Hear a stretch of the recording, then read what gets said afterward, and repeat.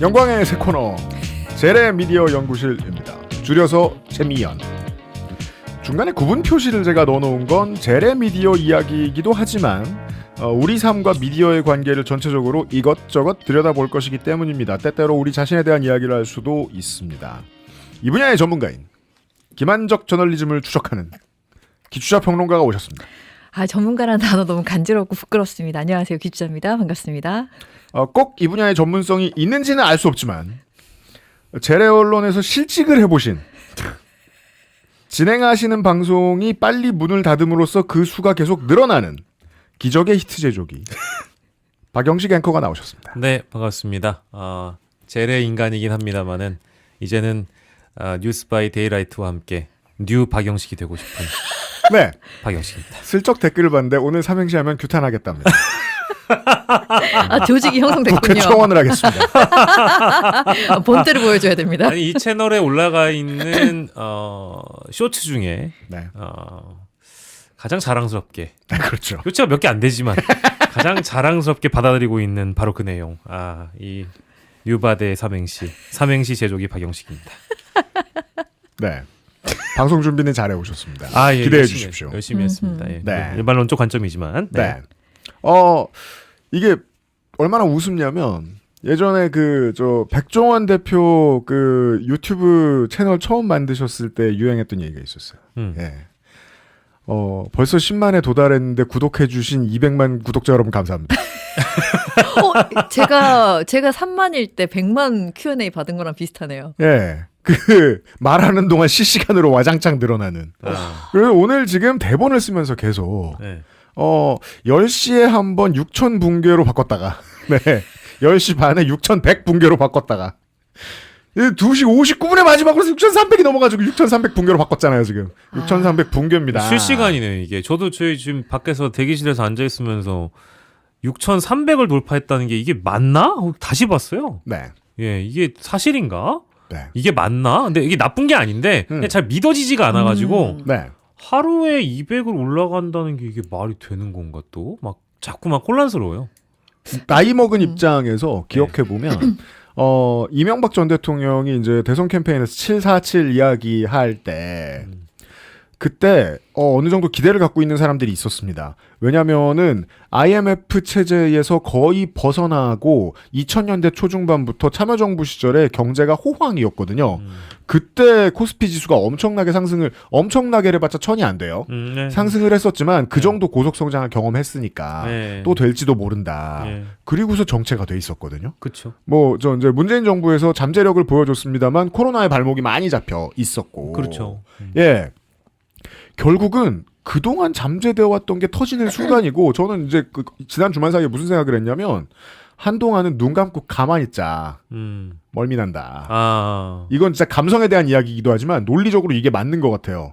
우리가 세계 시장에서 정상적으로 평가를 받는 날이 언제 올지 그 수준이 어느 정도인지 우리는 지금 모른다. 맞습니다. 변수는 올라가는 거다. 네. 네. 그리고 이때에 대한 저널리즘의 화려한 말잔치를 정리해 오셨습니다. 기초평론가. 지금 듣다 보니까 우리 유 PD님이 주식 전문가가 되셨네요. 저 무럭무럭 자랐네요. 우리 유 PD 어린이가. 이게 무슨 뜻인지 아십니까? 뭡니까? 2배. 세상에. 근데 적어서 네. 볼륨이 작아서. 저는 이제 미디어 예, 예. 업계에서 사실은 이 대표적인 똥손으로 기록돼 있는 사람이기 때문에 그렇습니까? 제 이름이 영식이지만 요즘에 식자 들어간 얘기는 별로 이렇게 듣고 싶지 않아 하거든요. 근데 이게 오늘 저희 그 코너 준비해 오면서 상대방에 대한 주제는 굳이 연구해 올 필요가 없다 그래가지고 지금 가만히 듣다 보니까 혹시 언론사 재래 언론들이 바라보는 배아픔, 코스피가 상승하는 거에 대한 불편함 이런 주제가 오늘 첫 주제인가 보네요. 맞습니다. 그래요? 거기다가 이제 붕괴 없이는 살아갈 수 없는 자들이거든요. 그래서 그거를 한번 까보자. 저희들이 아무래도 핫 이슈 아니겠습니까? 방송 앞으로 붕괴 되겠네. 붕괴 아카이브 정리합니다. 제가 이제 이거는 정말 하고 싶었는데 어떻게 이렇게 딱 제가 선택할 수 있게 되어서 너무 기쁘고요. 들어오기 직전에 6,300을 찍어서 이게 벌써 너무 한 5,000년 전 일 같은 느낌입니다만 저의 첫 코너 제목은요. 코스피 6,000 찍고 5,800만 내려와도 붕괴라고 떠들어대는 언론으로 갖고 와봤습니다. 이틀 전만 검색을 해도요. 구글에다가 5,008 붕괴라고 한번 쳐보십시오. 모든 언론이 와, 그렇게 진짜. 썼습니다. 예. 붕괴. 맞습니다. 장중 5,800선 붕괴. 미 관세 불확실성에 장중 5,800선 붕괴. 붕괴. 초반 하락의 붕괴. 외국인 팔자. 붕붕붕붕붕붕. 네. 맞습니다. 붕괴. 아니 이건 사실 6,000에서 5,800이면 변동에 가깝거든요. 주가는 오르기도 하고 원래 내리기도 하는 거 아니겠습니까? 네. 그러면 그게 뭐 상승, 하락, 급등, 급락, 조정 아주 다양한 언어들이 있습니다. 아, 그죠. 이렇게 생각해야죠. 단어로 만들어내는 거니까 기사는. 맞습니다. 하고 많은 단어들이 아머리에 있는데 그중에 붕괴를 제일 즐겨 쓰더라. 맞습니다. 네. 왜 그럴까? 붕괴는 건물이 이제 무너질 때 쓰는 말인데 체제 자체가 내려앉을 때 쓰는 말 아니겠습니까? 아, 그렇죠. 정치에서도 쓰고 건설에서도 쓰죠. 숫자가 조금 떨어지면 붕괴라고 불러버리면 이건 정보가 아니게 됩니다. 이제 공포로 다가서는 거니까. 그래서 제가 이 패턴을 뭐 늘 우리가 봤습니다. 그래서 사진 같은 것도 제가 준비를 해놨는데 처음이 아닙니다.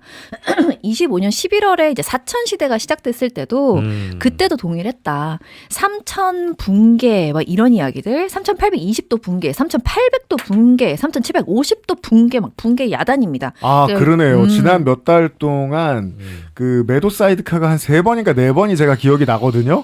예, 그 저 연준 의장 바뀔 때하고 이때가 있었는데 이때 진짜 많이 썼구나 붕괴를. 맞습니다. 예. 그래서 근데 조선일보는 3,000을 못 넘는다면 과열 국면 이런 식으로 톤을 깔았는데 바로 다음 날 3,000을 넘겨버렸던 전례가 있습니다. 그거 진짜 레전드더라고요.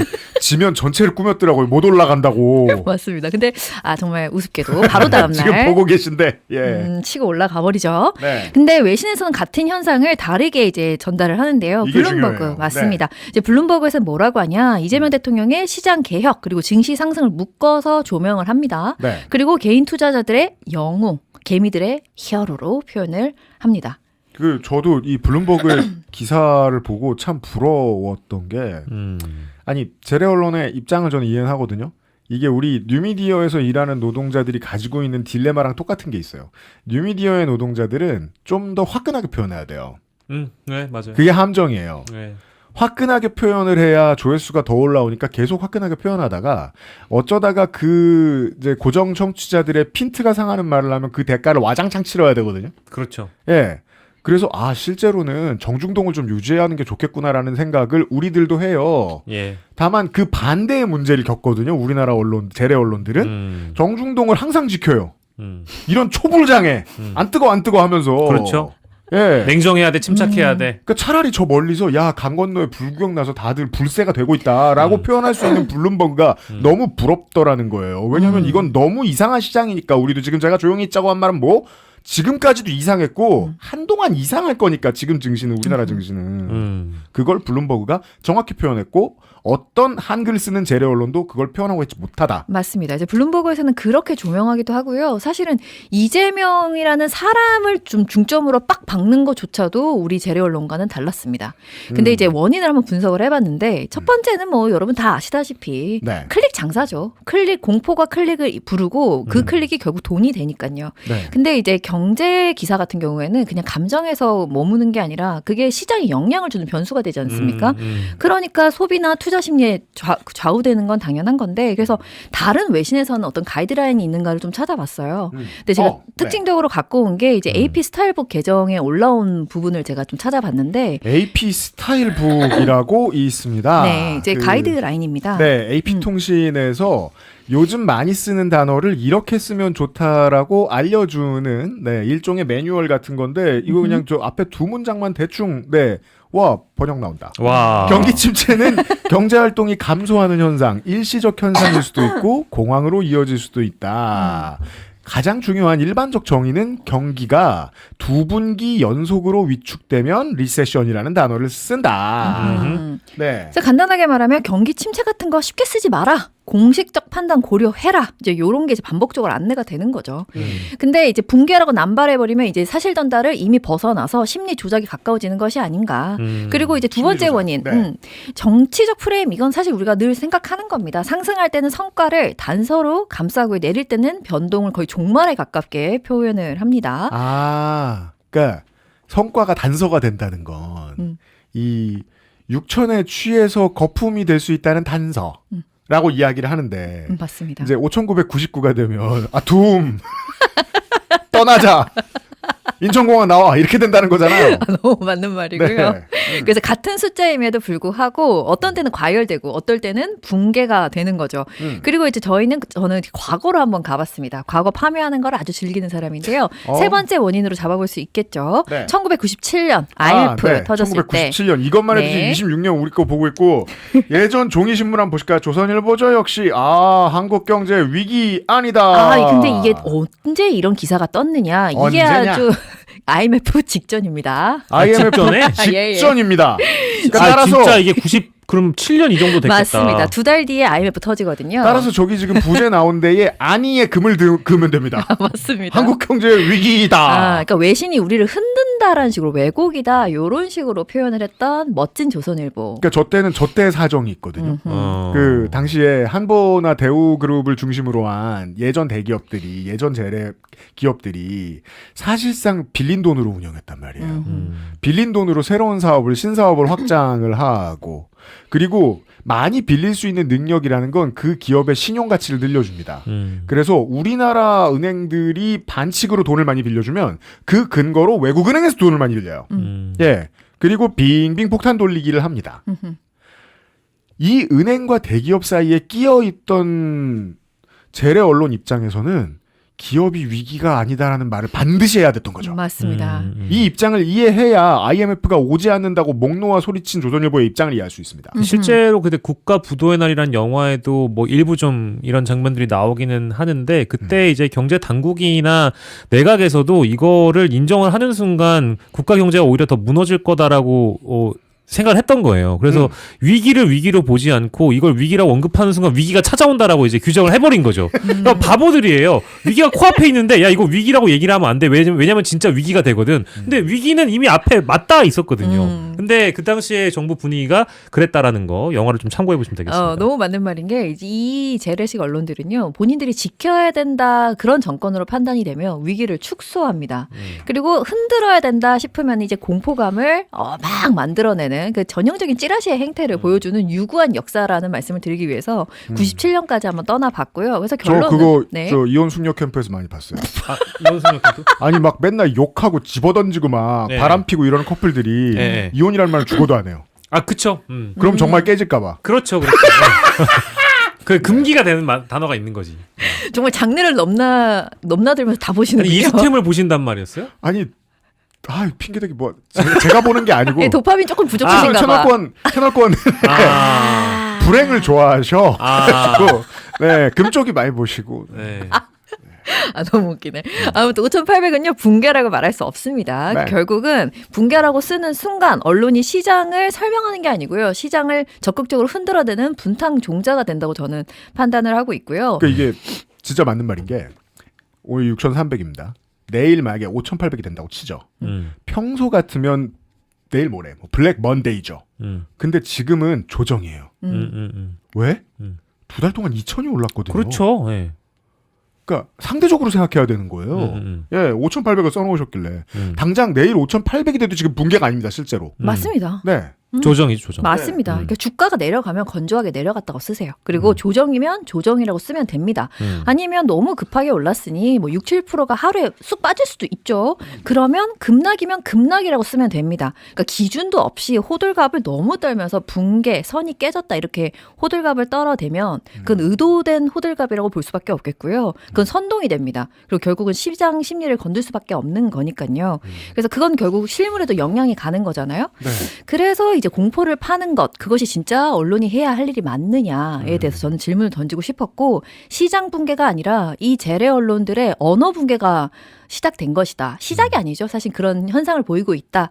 근데 이거를 멈춰야 하는데 아마 못할 거라는 그런 물론입니다. 암울한 제가 물론입니다. 예상까지 해봅니다. 관성적으로 해오던 버릇이 있어가지고 맞습니다. 이거는 벗어던지기가 힘들 거예요. 그리고 아까 이제 앞에 얘기했다든지 그 분노, 불안, 공포 이게 얼마나 장사가 잘 되는지는 뭐 우리가 이미 보고 있는 거니까 관성적으로 쓰는 거를 계속 앞으로 쓸 뿐입니다. 그래서 붕괴 시리즈는 7천을 가도 8천을 가도 계속 붕괴할 것이다. 동의하는 바입니다. 충분히 예상 가능한 일이죠. 물론입니다. 네. 이런 이제 유튜브 콘텐츠에서 고민하지 못하던 문제, 저는 너무 깊이 생각해서 내가 왜 이걸 이렇게까지 깊이 생각하고 있지 싶었던 문제를 박영식 앵커가 들고 와줬어요. 고맙게도. 네. 어떤 주제죠? 지금 할 거. 아 지금 할 거. 아, 설마 전환길이겠어요? 전환길 모두가 다 말하는데? 저군요. 네. 네. 아, 이렇게 전환길이 올림픽에 나가면 그건 멋진 올림픽 얘기. 이렇게 자연스럽게 주제를 넘기신다고 깜짝 놀랐습니다. 명-MC입니다. 명-MC. 예. 명-MC 죄송합니다. 이제 앞에다 U자를 붙이면 알겠습니다. 진행을 이혼숙녀 캠프에서 배웠죠. 이스캠 맛돌이죠. 역시 명-MC, UMC. 렛츠고. 좋습니다. 자, 오늘 이제 제가 갖고 온 거는 이제 올림픽에 대한 주제인데 사실 올림픽은 우리가 어린 시절에 태어났을 때부터 지금까지 늘 봐왔던 거예요. 근데 왜 이번에는 주변의 반응이 이렇게 좋지 않느냐? 결국 보편적 시청권이 무너졌기 때문입니다. 이건 뭐 다들 일반적으로 이제 이번에 느끼셨을 텐데. 그러네요. 살다가 제가 처음으로 TV에서 뭘 봤던 기억이 나는 게 84년 LA 올림픽이네요. 저는 이제 뭐 솔트레이크 동계 제가 늙은 게 뭐 하루 이틀도 아니고. 뭐 화석이세요? 아니, 그 정도까지는 아니에요 우리가. 화석에 입이 달렸네. 슬슬 굳어가요. 뭐 몇 군데 있어요. 네. 예. 물집인 것 같은데 돌 같기도 합니다. 아무튼 우린 늘 올림픽을 봤어요. 인류는. 네, 올림픽을 봤습니다. 네. 근데 이제 주변에서 여러분 지금 이제 시청해주시는 시청자분들께서도 이번에 올림픽 얘기를 우리가 얼마나 했지? 그러니까 이제 시민들끼리 우리 주변에 있는 준거 집단에서 느끼는 공감대가 있을 거 아니에요. 그리고 당장 누군가 금메달 땄으면은 오전에 출근했을 때 너 어제 그거 봤어라고 바로 튀어나와야 되는데 제가 생각해보니까 이번 동계올림픽에서 제가 바쁘게 살아가면서 여러 공간들을 옮기고 이동하고 출연자들도 만나고 했지만 한 번도 그런 얘기를 들어본 적이 없는 거예요. 실제로. 그래서 제 주변에도 이번에 올림픽 얘기를 얼마나 많이 했냐 물어봤더니 거의 절대 다수가 거의 안 했다라는 거예요. 그게 바로 지금 우리가 다뤄야 되는 문제점 중에 하나인 것이고 이번에는 진짜 플랫 제로였습니다. 거의 제로에 네. 가까웠어요. 근데 이제 비교를 좀 해보겠습니다. 이게 그 2022년에 베이징 동계올림픽 개막식 시청률이 18%였다고 하는데요. 2026년 밀라노 동계올림픽 개막식 시청률이 1.8%밖에 안 됐다는 거예요. 이 미쳤네요. 와우. 이렇게까지 10분의 1로 떨어진다라는 건 이거는 이제 참고로 김예지 국민의힘 의원실에서 조사한 내용에 따르면 또 이렇다고 하더라고요. 그래가지고 이 대통령까지 지금 걱정하는 상황이 벌어졌습니다. 국무회의에서 얼마 전에 직접 언급을 했어요. 우리 선수들의 투지와 활약에도 불구하고 사회적 열기가 충분히 고조되지 못했다. 대통령이 올림픽 시청률을 걱정하는 나라가 있었나요? 잘 모르겠어요. 참 대통령 되게 다양한 분야에서 네. 짧게 무서운 말 잘하고 다녀요. 그러니까 두루두루 다 보시는 것 같아요. JTBC 울잖아요. 이러면 대통령이 이러면. 그렇죠. 네. 근데 JTBC도 뭐 최근까지도 회사의 입장문이나 이런 거를 홈페이지에 올리면서 자신들 나름대로는 어떤 보편적 시청권을 위해서 뉴미디어인 네이버와 손을 잡아서 뉴미디어 쪽에도 어느 정도의 그 중계권을 허락해 줬다라고 이제 변명은 하고 있습니다만은 지금 그래서 네이버도 사실은 그 JTBC만큼은 아닙니다만 좀 울고 있죠. 그렇죠. 나름 신경을 썼고 되게 중요한 분기가 될 거라고 생각했는데 이제 새로운 플랫폼인 치지직에 대해서. 네. 근데 저는 맨날 챙겨보니까 압니다.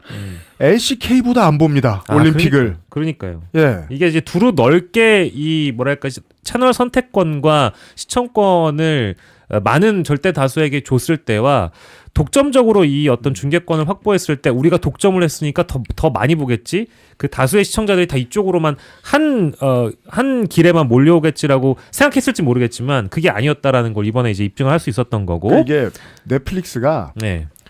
재래 미디어들 간을 배 밖으로 나오게 만들었어요. 어떤 측면에서 그렇죠? 브레이킹 배드를 넷플릭스 밖에서 볼 수 없다는 사실을 알았을 때 온 세계인들은 넷플릭스를 결제했거든요. 네. 그렇게 된 줄 안 거죠. 그렇게 될 줄 안 거죠. 예. 올림픽에 그만한 힘이 있지도 않거니와 넷플릭스는 그것과 관련해서 연속적인 단독자로서의 투자를 지속했는데 네. 그럴 수 있는 능력이 있는 회사는 세계에 거의 없단 말입니다. 맞습니다. JTBC는 그 꿈을 어느 정도 꿨던 것 같아요. 근데 이제 JTBC 앞에 이제 그 전례가 있었죠. 이것도 참 웃긴 얘기인데 어쨌든 저기 문제의 원인은 독점 중계권을 확보한 언론사나 방송사들이 중계권 장사를 하고 거기에 이제 광고 장사하는 거잖아요. 자신들이 독점적으로 이제 중계권을 확보를 해가지고 그거를 재판매하는 식으로 수익을 올려왔던 지난 SBS의 사례가 있었기 때문에 SBS가 이런 일을 한 적이 있죠. SBS가 네. 재미를 사실 봤어요. 뭐 본인들 입장에서는 뭐 대략적으로 한 500억만 남겼다. 뭐 전체 구매 액수 대비해 가지고 크게 수익을 올리지 못했다라고 항변할지 모르겠지만 제가 이제 객관적으로 봤을 때는 광고도 그만큼 많이 팔았고 중계권도 많이 판매하면서 수익을 올린 건 사실인데 네. 재밌는 거는 이번에 JTBC가 지상파에게 이 중계권을 재판매하려고 했었을 때 어느 지상파도 호응하지 않았기 때문에 노였죠. 지금 JTBC와 이 방송 3사 간의 갈등이 연일 이제 벌어지고 있는 건데 SBS가 보도하는 태도를 보면 마치 과거의 자신들을 잊어버린 듯한 접근법을 또 갖고 있더라고요. 그렇죠. 이거 무조건 잘못됐다라는 식으로 얘기를 하는데 보편적 시청권 침해에 이 비판 전선에 SBS가 합류한 장면도 저는 이번에 좀 재밌게 봤다라는 겁니다. 맞아요. 이 포인트도 우리가 한번 기억을 해봐야 될 것 같고요. 왜냐하면 지난번에 독점했을 때는 예. 보편적 시청권을 확보하고 있는 회사로서의 SBS의 우월적 지위가 있었거든요. 정답이네요. 네. 음. JTBC는 아무리 그래도 몇천 원이라도 내고 봐야 되는 케이블TV인데 그렇죠. 네, SBS는 그렇지 않지 않습니까? JTBC는 엄밀히 얘기하면은 종합편성 채널이자 유료 채널입니다. 네. SBS하고 뭐 물론 이제 지위적으로는 좀 분명히 차이가 있는 것 같아요. 그래서 제가 이제 비유를 하자면 보편적 시청권에 대해서 동네 운동회를 전 주민이 볼 수 있었는데 갑자기 누가 와서 울타리를 치고 입장권 사세요 라고 했는데 입장권이 근데 비싼 게 아니야. 근데 일단 그 울타리를 존재한다고 하면은 우리는 국민 입장에서 국가대표 경기를 봐야 되는 건데 이거 자체가 문제 아니냐. 이런 이제 문제의식을 다행히도 박미통일위원장 그리고 우리 정부 대통령이 갖고 있어서 다행인 것 같아요. 그래서 차후에 결국에는 이제 월드컵에 문제가 있어요. 월드컵 중계권에 대해서도 동일한 문제가 생기면 안 되니까 이 재판매와 관련돼서 행정지도권을 행사하겠다는 입장이 다행히도 어제 나왔습니다. 오. 네. 예. 왜냐하면 지금까지 써 있는 계약서에 따르면 2032년까지 JTBC는 다 해야 되거든요. 월드컵과 올림픽을 다 중계할 수 있기 때문입니다. 그렇죠. 쭉 지금 뭐 단독 중계 스포츠 이벤트 조르륵 나오고 있는데 이거 이제 당장 어떻게 할 겁니까? 그럼 이제 제가 환갑이 될 때까지 저걸 안 보는 거예요.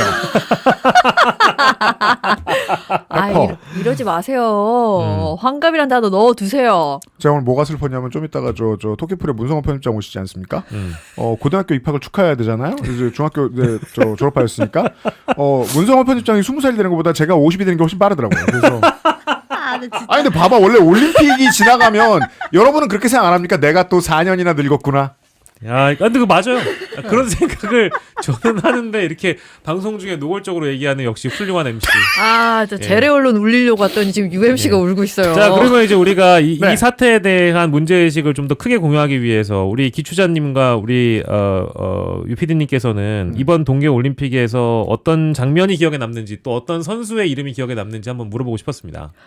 와, 너무 죄송한데 그러니까, 갑자기 그렇다니까. 딱 물어보시니까 뭐 어디 다쳤는데 뭐 엄청 잘 사는 집이었고 뭐 이런 기사의 선수? 파편이 떠오르네요. 네. 팀5지 뭐 김길리 선수 맞습니다. 뭐 맞습니다. 차준환 선수 뭐 좀 보긴 했는데 네, 저도 보긴 했는데 이게 우리가 과거에 봤던 국가대표들의 경기랑 비교를 하자면 생방은 하나도 본 적 없고요. 그러니까 상징적으로 뭔가 남는 이름들이 현저히 적다라는 거를 다들 체감할 수 있잖아요. 맞네요. 그 선수들은 개 잘했지만 그러니까요. 맞아요. 그러니까 네. 이게 누굴 위한 올림픽이고 누굴 위한 이 뭐랄까 중계인가 이런 걸 한번 다시 한번 우리가 떠올리면 좋을 것 같고요. 그래서 이제 다시 한번 또 질문 던져봅니다. 패럴림픽이라는 걸 다들 알고 계시겠죠? 그럼요. 예. 다음 주인가 다다음 주입니다. 네. 패럴림픽이라는 거를 우리가 JTBC는 제가 좀 이따 설명드리겠습니다만 네네. 적어도 올림픽과 동계올림픽 월드컵에 있어서는 억울한 점이 없지 않거든요. 근데 패럴림픽에 있어서는 JTBC가 욕먹기 주관사입니다. 지금 다 JTBC 욕해도 됩니다. 네. 네. 3월 이게 7일부터 밀라노 코르티나 패럴림픽이 열려요. 네. 이거를 모르시는 분들도 많고 그리고 올림픽 뒤에 패럴림픽 경기가 따라 붙는다라는 것도 모르시는 분들이 많아요. 이 존재 자체를 모르시는 분들도 많더라고요. 네, 실제로. 그리고 이게 이제 2020년 때 KBS의 사례가 있습니다. 패럴림픽 중계를 역대 최고 수준으로 편성했다라고 얘기를 하면서 실제로 따져보니까 비장애인 올림픽의 8.6%를 편성해 놓고 우리가 최대 수준으로 편성했다고 자랑을 한 적이 있습니다. 근데 이게 오랫동안 봐왔기 때문에 아는데 최대는 맞네요. 예, 맞아요, 맞아요. 최장이긴 해요. 근데 그때 비교해 접은 10분의 1도 안 되는 수치를 가지고 최장이라고 자랑을 한 거고요. 장애인 올림픽에 어떤 종목이 있는지 모르시는 분들도 많고 또 우리가 한번 질문 던져봐야 되는 건 아까 제가 이번 동계올림픽에 누가 기억에 남냐 물어봤잖아요. 우리가 평생 패럴림픽에서 우리 국가대표 선수가 두각을 드러냈던 경기 패럴림픽 선수의 이름을 한 명이라도 기억하느냐? 기억 잘 안 나죠. 없어요. 음. 제 주변에 많이 물어봤는데 없고요. 그래서 다른 해외 사례는 어떤지 한번 이제 저희가 소개를 해드리겠습니다. 영국에 이제 채널 4라는 그 방송국이 있는데 이게 정부가 소유하고 있고요. 그 광고는 또 수입은 또 광고로 벌고 있습니다. 그래서 이게 뭔가 자체적으로 편성이 가능해서 돈이 안 되는 콘텐츠도 본인들이 과감하게 편성할 수 있는 채널 권한을 갖고 있고요. 그렇죠. 근데 도쿄 패럴림픽 때를 비교를 해보니까 이 채널4가 편성한 시간이 300시간 이상이라고 하고요. 아까 저희 KBS 몇 분이었다고요? 1560분? 1560분이었습니다. 네, 300시간을 편성을 했고요. 굉장히 많은 차이점을 보이고 심지어 미국 MBC 같은 경우에도 TV와 온라인을 합치면 어쨌든 굉장히 많은 시간, 1200시간을 중계를 했다고 하는데 더 놀라운 거, 영국에 있는 채널4는 베이징 동계 패럴림픽 때 진행하시는 분, 진행팀 전원을 다 장애인으로 구성을 했다 그래요. 이게 세계 최초라고 합니다. 네. 사실 의지를 가지면 어렵진 않습니다. 왜냐하면 베테랑들이 차고 넘칠 테니까. 맞네요. 그렇죠. 네. 그 분야에 아마 전문가들도 다 장애를 가지셨다고 하지만은 다 있을 거고요. 그래서 이게 우리가 패럴림픽을 결국 왜 하느냐를 생각을 해보면 장애인들만을 위한 경기냐?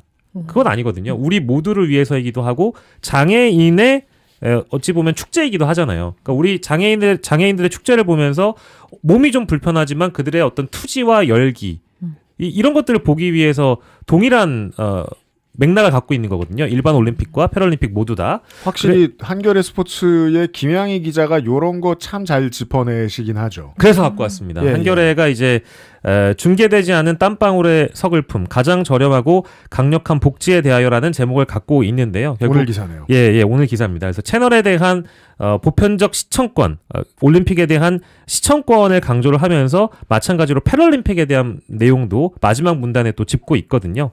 그래서 우리가 이 채널4라든지 여타 다른 해외 사례들을 비교해 보면서 우리는 얼마나 비장애인들의 스포츠를 바라봐 줬는지, 그리고 바라봐 주면서 또한 동일한 감동을 느끼려고 노력은 했는지, 보편적 시청권이라는 것을 일반 그 선수들에게만 접근하고 있는 것은 아닌지에 대해서 한 번쯤은 생각을 해봤으면 좋겠다는 생각이 들어요. 왜냐하면 제 스스로도 제가 뭐 따로 공개적으로 밝히진 않았습니다만은 한때 제가 장애를 가져본 적도 있고, 네. 이제 그러다 보니까 우리 대한민국이 갖고 있는 장애인들에 대한 관점을 제가 누구보다 좀 가까이서 느껴본 적이 있거든요.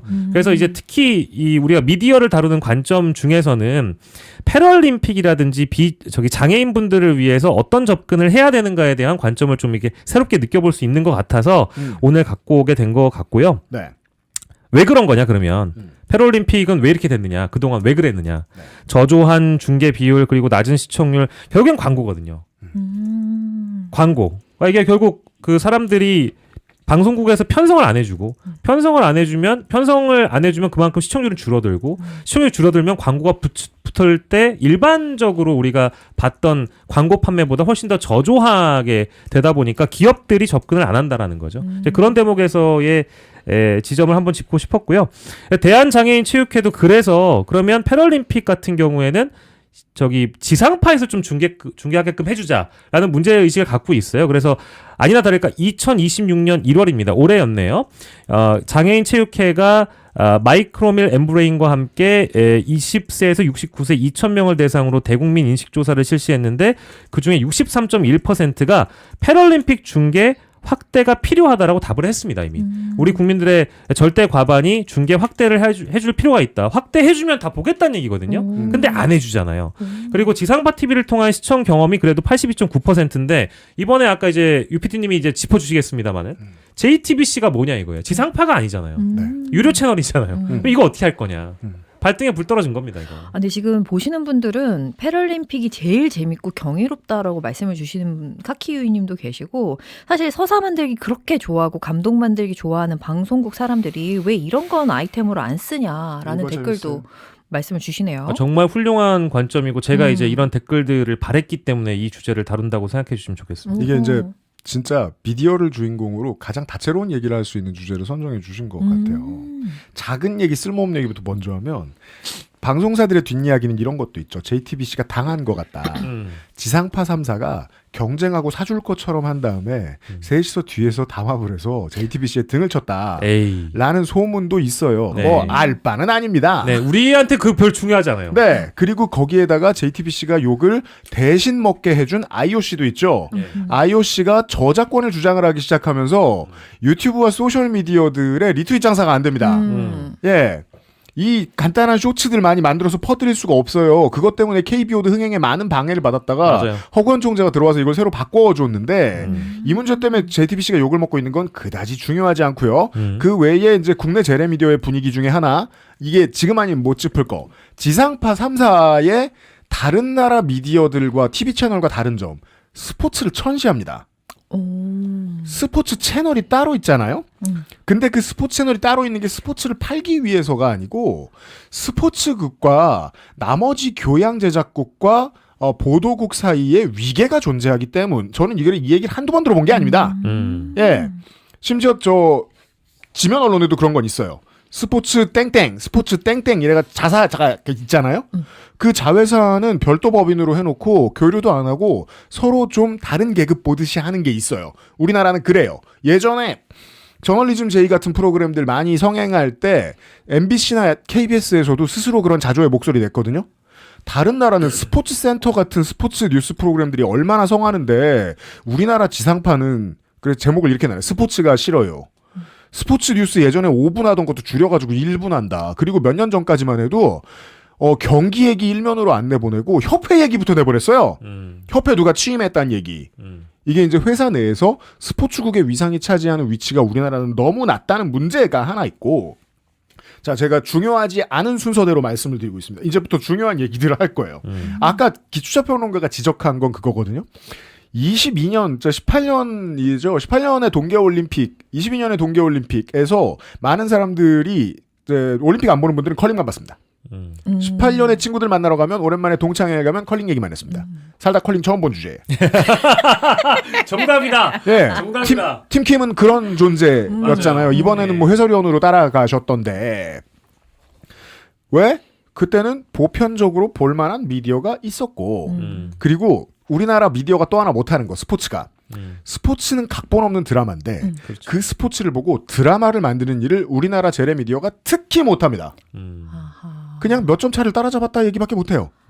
이 선수는 이런 스토리가 있고 저런 스토리가 있고 이것을 이겨내고 저 정도의 확률로 이런 결과를 내었다. 라는 얘기 가장 잘하는 데 어디죠? 미국이죠. 예, 경기 안에서 갑자기 괴상한 엑셀들을 막 뽑아내죠. 비가 온 화요일의 승리 확률 이런 거 뽑아내잖아요, 막. 실제로 그거 가지고 미국 사람들 막 내기를 하고 맞아요. 있고 내기도 문학적으로 하는 거예요.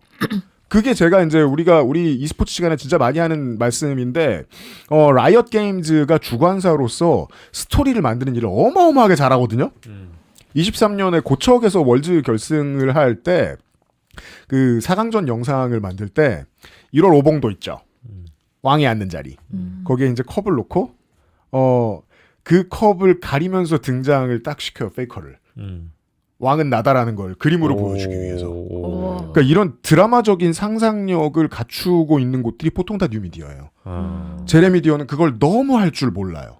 그래서 팬들이 대신 스토리를 만들어줘요. 의성군청에 무슨 일이 있었는지 듣고 팀킴이 뭘 겪었는지 듣고 그래서 트위터로 사람들이 스토리를 만들어내요. 트위터가 언제나 쌍류잖아요.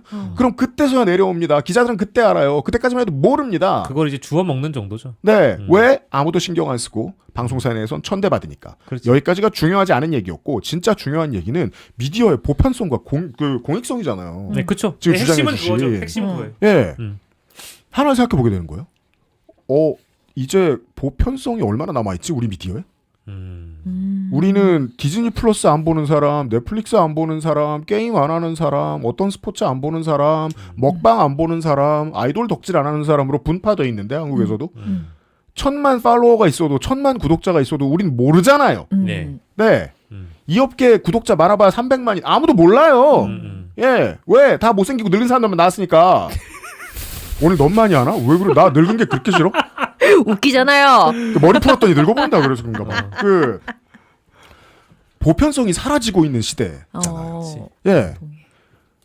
보편성의 상징으로서 올림픽이 존재했고 국제 스포츠 대회가 존재했는데 그 영향력은 줄어들 수밖에 없다. 만약에 영향력이 동일했으면 사람들이 성질을 내서라도 다시 받아왔을 수 있고 실제로 호주에 그런 일이 있습니다. 그 영유방지법이라고 해서 지상파가 중계해야 되는 걸 지상파가 중계 안 했을 때 책임을 묻는 네. 중계권을 너무 많이 케이블 TV가 독점했을 때 그걸 막는 법안이 있어요. 최소한 지상파만큼은 손해를 보든 안 보든 공익성을 챙겨라라는 의미. 그게 BBC에 붙는 높은 수신료의 의미고 채널4는 심지어 수신료 받고 뭐 광고도 받고 합니다만 공영성을 지키느라 돈을 버는 일을 하거든요.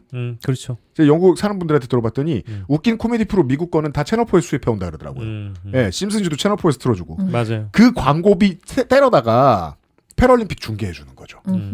예. 그 공익성은 누가 챙기지? 거기에서 이재명 대통령의 무서운 신소리의 의미가 나온다고 생각해요. 공익성이 없어질 수도 있고, 아까 보편성이 없어질 수는 있어, 미디어가. 우리가 다 보는 미디어는 사라질 수도 있어. 40대 아저씨들이 왜 싫죠? 자꾸 삼국지에 비유하니까.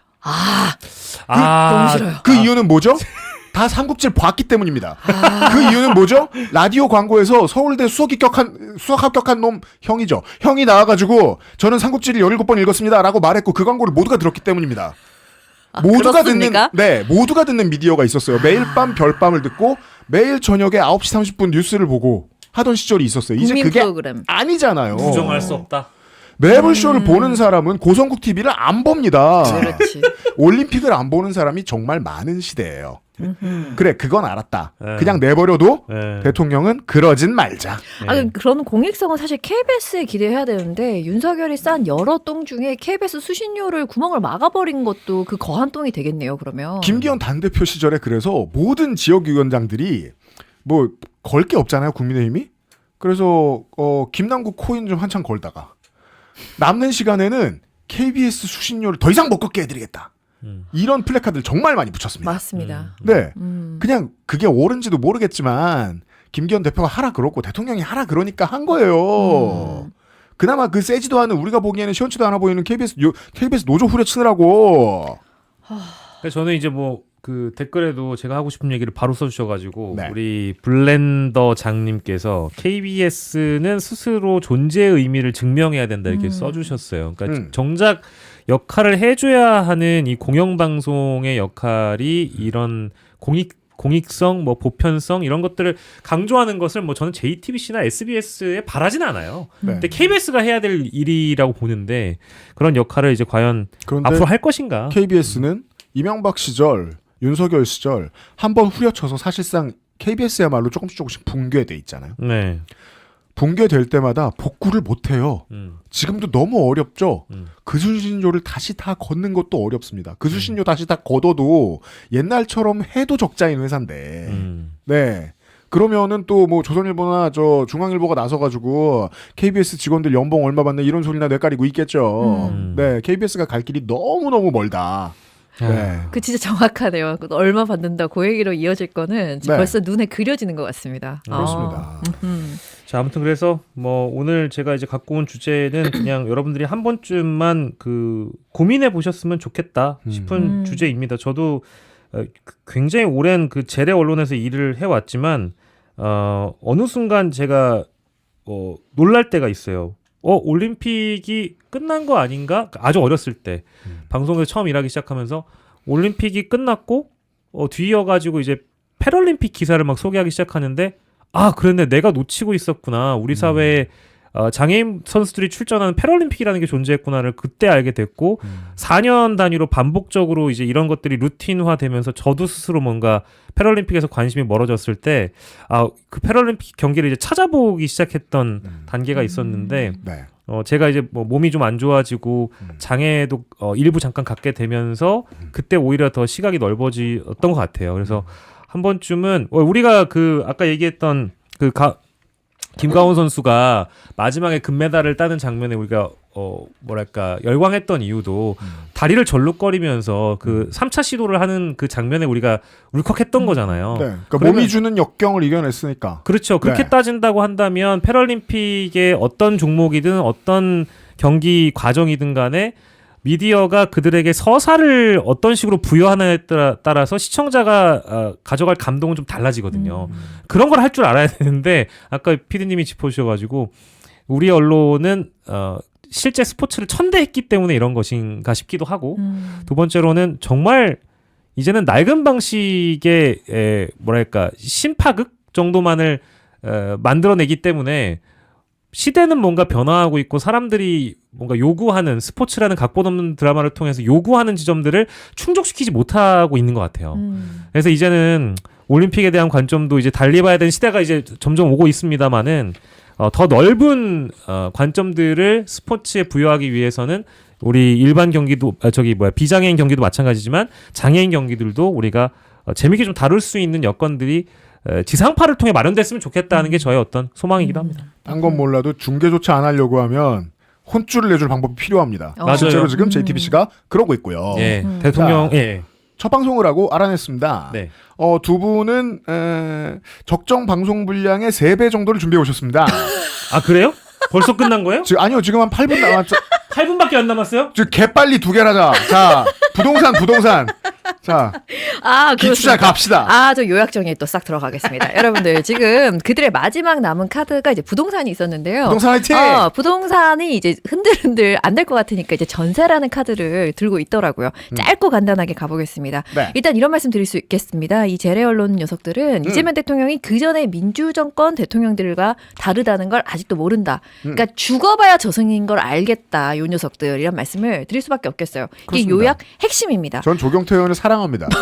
그 한마디 남긴 것만으로도 세상에 충분히 긍정적인 일을 했습니다. 동의하는 바이고요.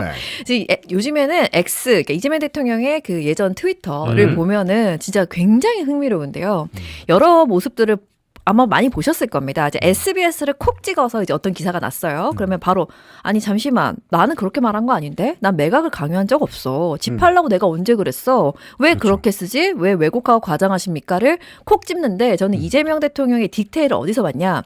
제목을 수정하기 때문에 반드시 제목도 함께 써줍니다. 저는 그 디테일에서 정말 소름이 돋았는데요. 그건 도지사 때부터 잘했어요. 네. 저는 좀 이게 너무 좋습니다. 또 다른 사례는 또 어떤 게 있냐. 파이낸셜 뉴스를 콕 찝습니다. 10억 벌면 8억 토해내라 날벼락 토해라 날벼락 혼돈의 시장 막 난리 나요. 부작용 이런 식으로요. 그랬더니 아니 왜 이런 식으로 하시죠? 라고 또 콕 찝습니다. 이걸 공유하죠. 맞습니다. 그래서 저는 이게 너무 좋았던 게 뭐냐면 막연하게 언론 비판을 하는 게 아니라 구체적 기사를 그것도 공개적으로 충돌을 해버립니다. 굉장히 이례적이죠. 우리 이때까지 이런 모습 본 적 없습니다. 정부는 브리핑하거나 뭐 대변인 간접적으로 하잖아요. 근데 이번에는 대통령 본인이 직접적으로 문제를 삼잖아요. 근데 이게 왜 그러냐. 그러니까 좀 이건 뛰어넘겠습니다. 뭐 날 세웠다, 토해라, 뭐 이런 것, 날벼락 이런 것들이 주는 그 의미 그리고 어떤 것을 넣고 싶었느냐 그 의도 우리가 지금 충분히 예상할 수 있으니까 네. 넘어가도록 하고요.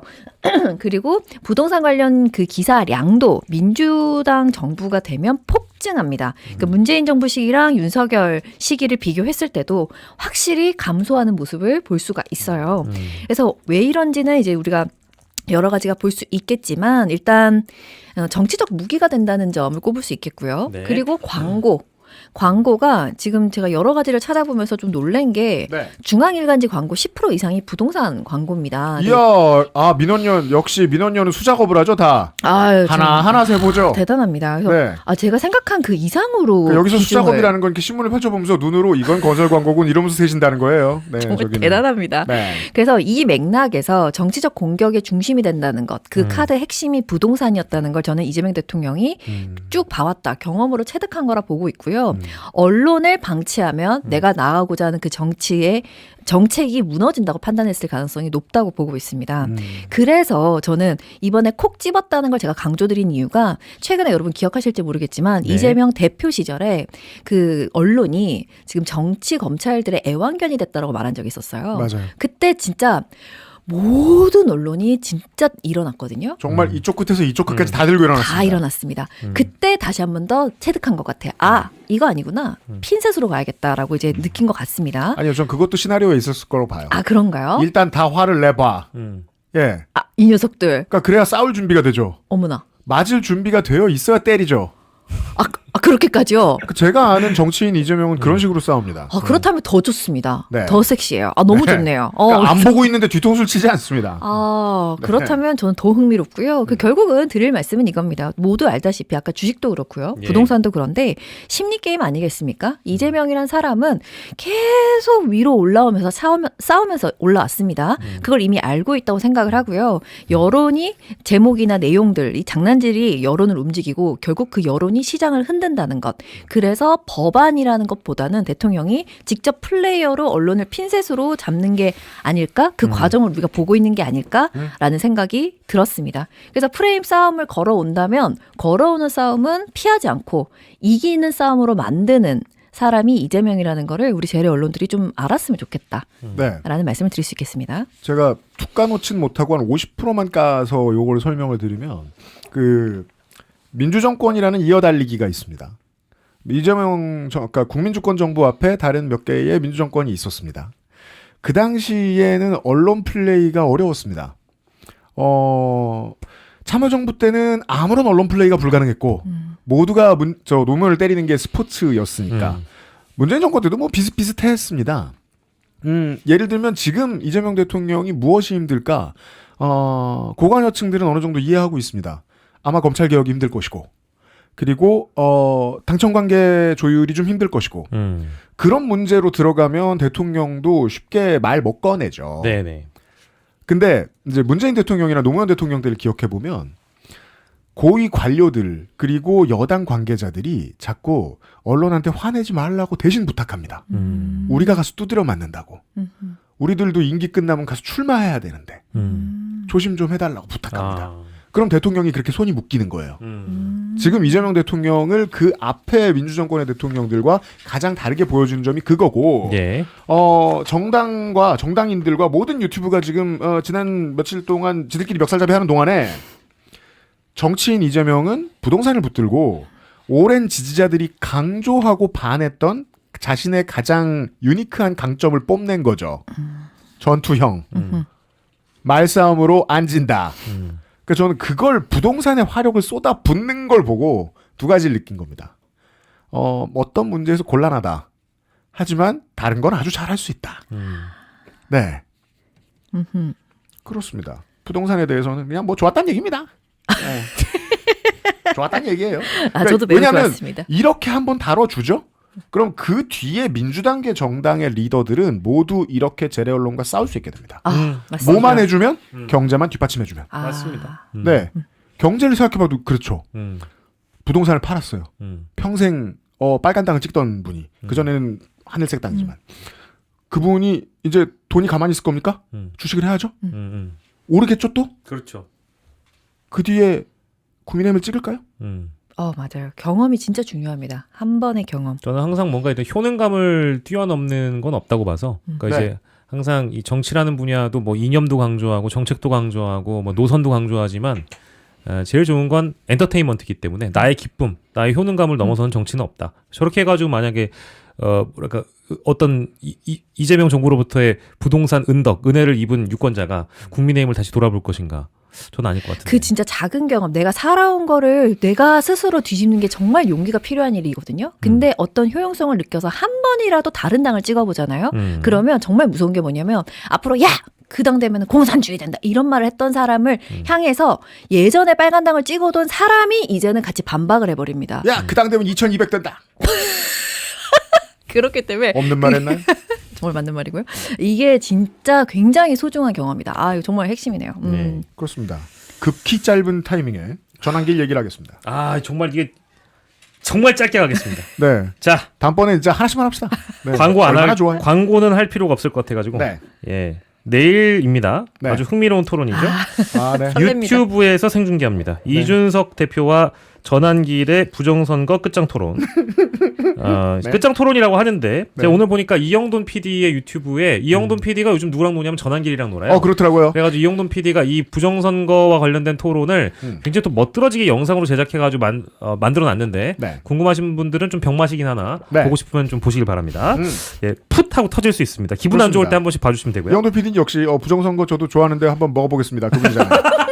예. 자, 그렇고요. 자, 그래서 지금 이제 전한길 씨가 계속 그 뭐 2020년 총선, 2024년 총선 그리고 2025년 대선에서도 부정선거가 있었다고 얘기하고요. 아 그래요? 예, 그리고 뭐 그런 이론은 황교안 씨라든지 이런 분들이 강조했던 지점들하고 다르지 않습니다. 예, 그 내용이 있고요. 근데 원래 TV조선이 하려고 했었는데 무산이 됐고요. 구체적인 사유는 뭐 지금 이분들이 주장하는 거에 대해서 실시간으로 검증이 가능하겠냐 이런 두려움이 또 꼴의 언론이라고 있었던 것 같아요. 네. 제가 보기엔 유한한 언론이지만 자, 어쨌든 결국 토론은 펜 앤드 마이크라는 매체에서 하게 됩니다. 그런데 페르마크 네. 예, 이런 부정선거 토론이 TV조선에서 일단은 사실상 거절이 됐지만 왜 자꾸 이런 이벤트가 생기느냐? 돈 때문입니다. 돈이죠. 예, 왜냐하면 이 이벤트가 벌어지고 나면 무수히 많은 언론들과 무수히 많은 유튜버들과 무수히 많은 심지어 뭐 아무튼 재래식 언론에서 이걸 다 물고 뜯을 거거든요. 그렇죠. 우리도 하고 있고. 아이 저런. 장사가 되거든요. 네. 그리고 거기 안에 나와 있는 그 내용에 대한 가부나 뭐 진위는 뭐 궁금하지 않아요. 그냥 이런 재밌는 자리가 희한한 자리가 마련됐다만으로도 장사가 되고 클릭수가 높아지기 때문에 다룰 겁니다. 그러니까 우리는 이런 비논리 멍청이 레슬매니아를 20년 전에 본 적이 있습니다. 변희재 대 진중권이라고. 요거 말씀하시는군요. 네, 내용은 아무짝에도 쓸모없었습니다. 예, 그래서 이거는 이제 목적이 다 돈인데 돈과 관심인데 그들의 만남은 20년 후에 우리는 같은 진영에 선다는 예고이기도 했죠. 아무튼 예, 그래서 이준석의 경우에는 이렇게 보면 될 것 같아요. 전한길 네. 씨 같은 경우에는 지금 하는 건 바이 건마다 다 망했어요. 그러니까 예를 들면 지금 부정선거 관련된 영화 제작도 이영돈 PD와 함께 해가지고 극장에 걸어놨으나 너무 저조하고 관객들이 저조해가지고 심지어 자기 유튜브에서 막 엉엉 울려고 하면서 장동혁 대표를 부르짖으며 제발 지도부와 함께 봐주면 안 되느냐. 한 번만 와주면 안 됩니까? 맞으면 안 되니까. 저 봤잖아요, 라이브. 호소를 하더라고요. 예, 그러니까 예. 그것도 망했죠. 예. 그리고 지금 네. 이거 같은 경우에도 TV조선에서 까여가지고 결국 펜앤드마이크에서 하잖아요. 그러다 보니까 부정선거론을 다시 확대시키기 위해서 네. 자신의 슈퍼챗, 자신의 어떤 후원금 이런 걸 위해서 이제 일대 이벤트를 마련했고 네. 그러면 이준석은 여기에서 왜 그러느냐. 관심이 부족합니다. 부족합니다. 여긴 관심 장사죠. 네. 관심 아하. 비즈니스라서 둘 다 같은 관종인데 저쪽은 돈이 부족하고 이쪽은 관심이 부족해가지고 이 타이틀 매치가 반드시 벌어져야 되는 필요성과 절박함이 있다. 네. 라고 우리가 한번 짚어보고요. 그러면 언론은 그럼 뭐냐? 아까 말씀드린 대로 언론도 결국 기생 언론이어가지고 아하. 이런 이벤트에 기생하면서 이 토론에서 중요한 건 누가 이기고 누가 옳고 그러냐 이런 거 중요하지 않습니다. 예, 미디어는 이제 이런 음모론에 기생해서 공론회장이라는 식으로 여기에 빙자하여 결국 돈을 벌려고 하는 것이다. 그러니까 언론이나 이준석이나 전한길이나 이 똑같은 놈들이다. 이걸 얘기하기 위해서 이 주제를 갖고 왔네요. 근데 하나의 좀 강점을 찾았습니다. 뭡니까? 전한길, 이준석 토론한다는 얘기 나오면서부터 저는 입꼬리가 올라갔습니다. 왠지 모르겠어요. 웃음이 납니다. 그건 약간 가치롭네요. 네. 어. 제가 오늘 아침에 네. 이것도 이제 중립병에 한번 걸려보겠습니다. 중립인 척을 하기 위해서 민주당 얘기를 하겠습니다. 오늘 아침 어제 저녁부터 이제 공소취소 모임에서 탈퇴하겠다고 선언하는 국회의원분들이 늘고 계십니다. 이제 눈치를 보다가 이제 슬슬 나온 거죠. 그 전부터 마음에 들지 않았던 분들도 계시고. 근데 그분들이 방송과 이제 언론 인터뷰를 하면서 하시는 말씀이 생각보다 높이 있어요. 고급입니다. 지금 있는 분들도 꼭 개파 생각을 해서 그런 건 아니고 충정해서 하셨을 것이다. 그래서 당에서 공식기구로 만들기로 했다. 많은 댓글을 다는 고관여층들은 이게 얼마나 심각한 싸움이 그 물밑에 있었는지 알지만 그래도 표현은 정중하게 해요. 예, 이건태 의원의 충정을 의심하지 않는다. 예, 김병주 의원도 동일한 생각일 것이다. 이렇게. 그래서 저는 그 모습이 무척 마음에 들었어요. 왜냐하면 중간선으로 놓고 있는 지지자의 수준에 맞는 발화를 하게 돼 있거든요. 전한길 고성국을 받아들이면서 장동혁의 국민의힘이 어디로 가는지에 대해서 김민하 평론가하고 제가 동의를 했던 게 있습니다. 당 이름만 안 바꿨지 이미 대한애국당이다. 이 당은 정신이 흡수됐으니까 그건 어디서 할 수 있느냐. 지지자의 중간 수준이 있고 그 지지자의 중간 수준에 눈에 맞춰서 보여주는 정치인들의 퍼포먼스의 수준이 낮아질 것이다. 예. 네. 그러면 그 수준이 낮아졌다고 어마어마하게 타박을 해야 되는데 가끔 조선일보가 울부짖거든요. 저 사설에서 제발 수준 낮아 미치겠어. 하지만 결국 응원은 한단 말입니다. 말씀해 주셨잖아요. 돈이 된다고. 그렇죠. 그럼 이거 어떻게 되는 거죠? 조선일보도 알고 중앙일보도 알아요. 내 수준 낮아진다 얘네들 묻으면. 네. 하지만 더는 발을 못 뺍니다. 네. 재래 언론은 공동 운명이니까. 남은 사람들의 수준이 저거밖에 안 되니까. 그 문제. 희망이다. 희망을 받습니다. 그래서 좋아한 거 아니에요. 아, 저 지금 기분 너무 좋고. 여러분들, 이거 재밌지 않습니까? 이 코너? 네, 댓글 많이 달아주세요. 예, 알고리즘 더럽히기 싫으신 여러분들은 기추자 월드에 가서 후기를 들으시면 됩니다. 아니면 박용식 평론가 구경 안 가요? 또 표 안 사? 그런데 가는 거 좋아하는 것 같은데, 저 사람. 아, 전환길 하면은 일산 킨텍스 갈랬더니 취소됐더라고요. 가려고 그랬어요? 아, 그럼요. 네. 아쉬운 마음입니다. 다음 주에는 3분의 1만 써오십시오. 제레 미디어 연구실이었습니다. 수고하셨습니다. 네, 뭐요? 그리고 마지막으로 하나 혹시나 또 오해하시는 분들 계셔가지고 네. 오늘자 보도를 보면 JTBC가 우리가 이제 앞에서 잘못했다고 JTBC는 욕먹고 있다고 계속 갔잖아요. 네. JTBC는 올림픽 중계권을 사고 네. 패럴림픽 중계권은 포기를 한 거예요. 그렇습니다. 그래서 KBS는 그 중계권을 받아들이고 중계를 할 겁니다. 네. 네, 거기까지는 일단 알고 가셔야 될 것 같아서. 그래도 네. JTBC 욕할 겁니다. 그러면 안 되죠. 그래도 욕을 먹는 거죠. 그래서 JTBC가 더 욕을 먹는 거예요. 맞습니다. 할 거면 둘 다 해야지 왜 하나 버리느냐 이런 식으로 지금 접근할 수 있는 거니까. 두 분 수고하셨습니다. 네. 감사합니다. 그렇습니다.